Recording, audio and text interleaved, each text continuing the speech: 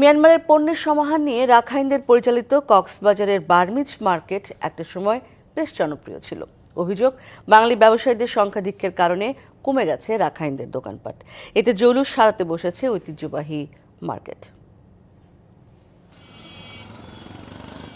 কক্সবাজার শহরের প্রধান সড়কে বার্মিজ মার্কেট এলাকা, যেখানে গড়ে উঠেছে মিয়ানমারের উৎপাদিত পণ্য সামগ্রীর 24টি মার্কেট, যাতে স্থান পেয়েছে অন্তত 350 দোকান।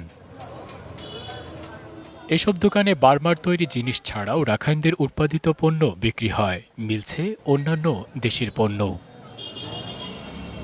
শুরু থেকে একটা সময় পর্যন্ত এসব মার্কেটের দোকান মালিক ও কর্মচারীরা ছিলেন রাখাইন সম্প্রদায়ের। বর্তমানে 5 শতাধিক রাখাইন তরুণী ও নারী এসব দোকানে কর্মরত। ফলে এসব মার্কেটের পণ্যের দাম ও মান নিয়ে রয়েছে কিছুটা অসন্তোষ। মালগুলো ভালো অরিজিনাল সেজন্য আসি, অথবা অরিজিনাল বলে বার্মিজ মাল দেয় না, বাংলা মালগুলো দিয়ে দেয়, সেজন্য বার্মিজ মার্কেটে আসা। এদিকে রাখাইন ব্যবসায়ীদের অভিযোগ, নামে বেনামে সৈকতের আশপাশ সহ বিভিন্ন এলাকায় গড়ে উঠেছে বার্মিজ পণ্যের অসংখ্য দোকানপাট। যমুনা ইলেকট্রনিক্সের সুপার এক্সচেঞ্জ অফারে 1-এর ভিতর 3, পুরনো বদলে নতুন নিন।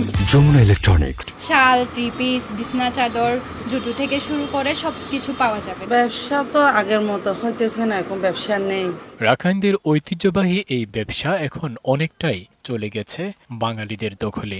লাভবান ব্যবসা মনে করে বিভিন্ন জায়গা থেকে লোকজন এসে ব্যবসা যখন শুরু করে দিল, তখন আস্তে আস্তে এই রাখাইনদের সাথে বাঙালিরাও ব্যবসায় শুরু করে দিল। সরকারের কাছে আবেদন করছিলাম বার্মিজ মার্কেট নিয়ে একটা বিশাল একটা তোরণ বা গেট স্থায়ীভাবে করার জন্য, একটু বিরতি রেস্টের জন্য, যেমন একটা যাত্রী ছাউনি। মার্কেটের হারানো ঐতিহ্য ফিরিয়ে আনতে প্রণোদনার দাবি ব্যবসায়ীদের।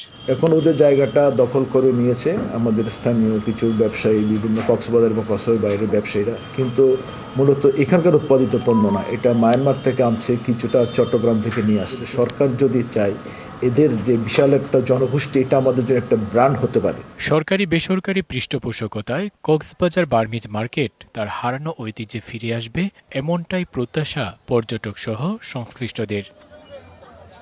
DBC news desk.